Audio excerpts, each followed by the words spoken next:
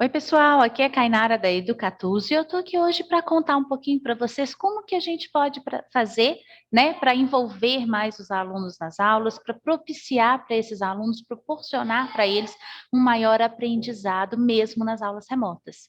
Né? Então, se inscreve aqui no canal, se liga nas nossas redes sociais para você poder ficar por dentro de tudo que a gente mostra aqui, tá bom?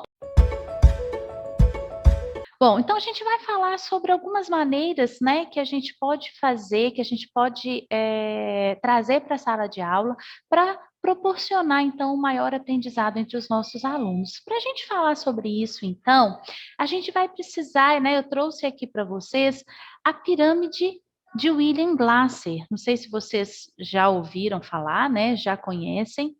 Ele foi um psiquiatra americano que fez, né, trabalhou justamente com essa questão da aprendizagem e através dos estudos dele, ele pôde identificar que dependendo, né, do tipo de como a aprendizagem ela é passada, né, adquirida, o aluno ele adquire diferentes porcentagens, né, de retenção desse conteúdo. Então, nos estudos dele, ele identificou que a gente absorve 10% das coisas que a gente lê, a gente absorve 20% daquilo que a gente estuda apenas escutando, 30% quando a gente vê, né, ou observa, 50% quando a gente vê e ouve. Então, a gente pode perceber que a partir do momento que a gente começa a utilizar diferentes, né, estratégias de aprendizagem, como que aumenta essa porcentagem de retenção. Quando a gente discute com os colegas em sala de aula, a gente consegue absorver 70% desse conteúdo.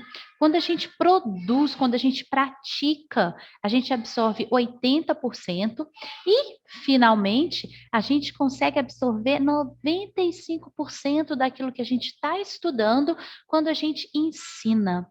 Então, a partir do momento que a gente precisa passar para outra pessoa, que a gente precisa ensinar aquilo que a gente aprendeu, né, aquilo que a gente está estudando para o outro, seja para o meu colega de sala, seja para alguém dentro da minha casa, a absorção, a retenção desse conteúdo é de aproximadamente 95%. Então, olha só como que a gente vai de 10% até 95% nessa retenção da aprendizagem, né?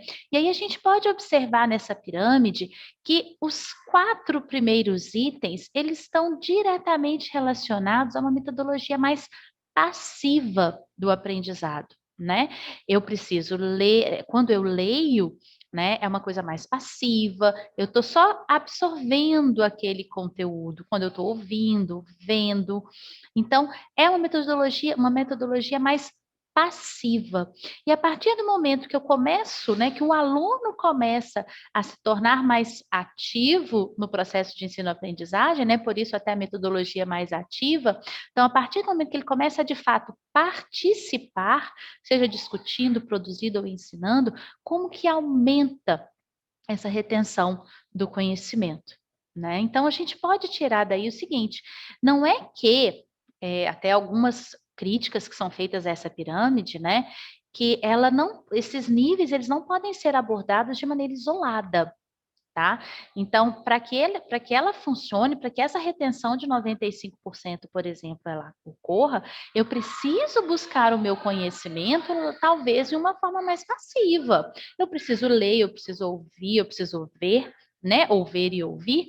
Então, esses níveis, eles precisam se correlacionar. Eles não podem ser abordados de maneira separadas. Né? Até porque as metodologias passivas, elas podem ser sim utilizadas, elas não estão banidas do processo de aprendizagem, mas elas devem ser pensadas enquanto um ponto de partida, tá? Para que a partir delas a gente possa, né, ter as metodologias mais ativas. Porque senão eu vou conversar, eu vou produzir, eu vou discutir e eu vou ensinar coisas muito superficiais do meu dia a dia. Eu não vou ter um conhecimento, né, profundo para poder ensinar. Então, por isso que essas metodologias passivas, elas podem sim ser utilizadas, mas elas não podem ser só elas. né? Elas precisam estar depois, elas são ali esse ponto de partida para que depois essas metodologias ativas elas surjam, proporcionando sim, né, o aluno enquanto um protagonista, quanto ativo no processo de ensino-aprendizagem, porque nas metodologias passivas, o aluno ele é um espectador. Então é isso que a gente não pode deixar acontecer nas aulas remotas. O aluno não está ali simplesmente assistindo a minha aula. Por mais que ele esteja na frente da tela de um computador, ele não está ali como um mero espectador simplesmente assistindo.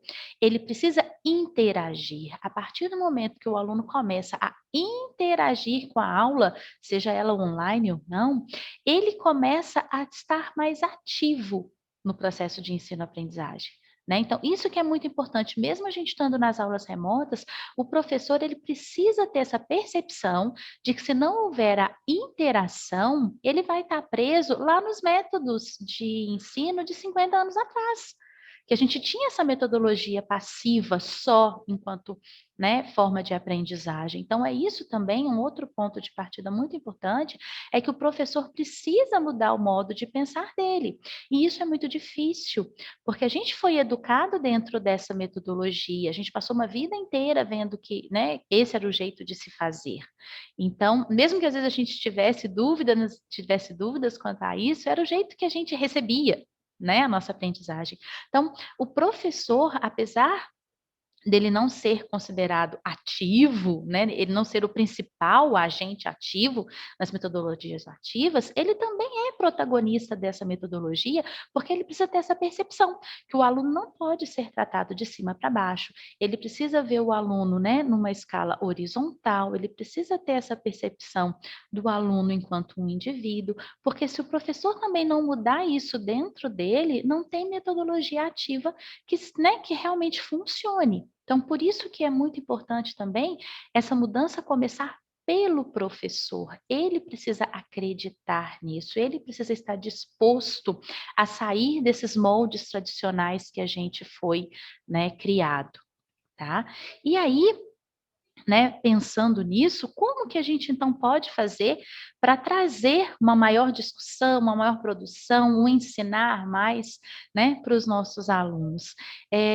Eu me lembro quando eu estava na minha adolescência, na época eu não tinha percepção disso, né? Hoje, estudando sobre o assunto que a gente observa, mas eu tirava notas muito boas na prova quando eu estudava e depois eu fechava o meu caderno, porque eu estudava resumindo, então, eu estava resumindo, eu estava ali produzindo, né, um resumo daquela matéria. Então, eu primeiro lia, que era uma metodologia passiva, né, eu escutei o meu professor falar em sala, depois eu produzia, então eu fazia esses resumos, e depois que eu terminava, eu fechava o meu caderno e falava sozinha, ensinando a matéria como se eu fosse ensinar para mim mesma, né? Então eu falava aquilo em voz alta como se eu estivesse ensinando para alguém.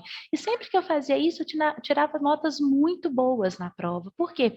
Porque eu precisava ter conhecimento daquilo para eu poder ensinar.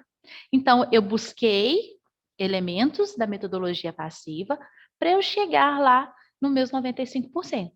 Né? Então, isso é muito importante.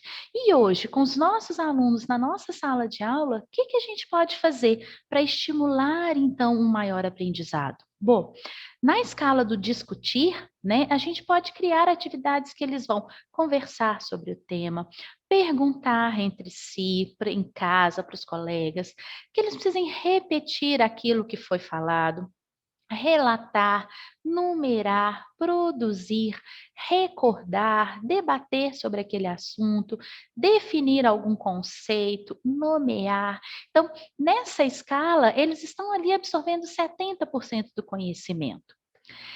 Já na escala dos 80, que é o fazendo, o que que a gente pode pedir para que os alunos façam? Eles vão poder escrever, interpretar, traduzir, expressar, revisar, identificar, comunicar, ampliar, utilizar, demonstrar, praticar aquele conteúdo, mostrar a diferença entre eles, catalogar determinado assunto ou conceitos, enfim. Então, isso tudo vai fazer com que eles subam um pouquinho mais de categoria, que eles vão ali para a escala dos 80% de absorção do conteúdo, né?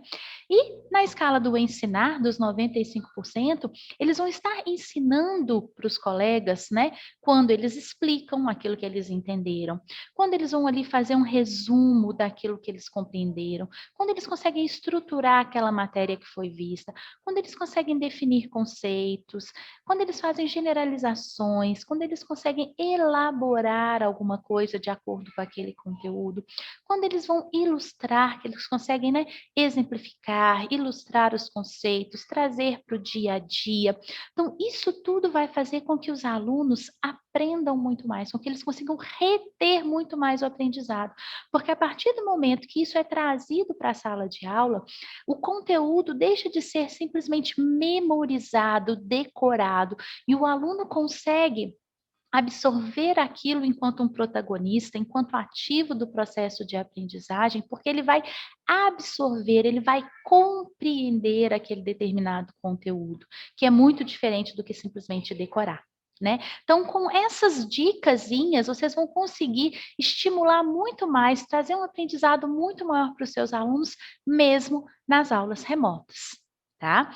E aí, queria só fechar um pouquinho. Tem uma frase muito bonita, né, muito importante também, da Cora Coralina, que é quando ela fala que a gente aprende, né, ensinando. Então, eu acho que isso é muito legal, né? A gente aprender ensinando e a gente aprende quando a gente precisa ensinar. Tá? Então, eu acho que vale trazer isso aqui para vocês. Espero que esse conteúdo ajude vocês aí no dia a dia de sala de aula.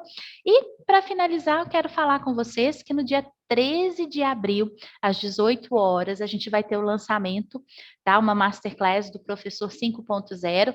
Conto com a participação de vocês. Se inscrevam no link que está aí abaixo do canal, para vocês poderem participar também e fazer parte, né, desse grupo dos professores dessa nova geração, dessa nova educação que vem surgindo, que é a 5.0. Então, como que a gente vai trabalhar dentro dessa educação 5.0? A gente precisa ser o professor 5.0, né? Então, conto com a participação de vocês, se inscrevam aí no canal e a gente se vê.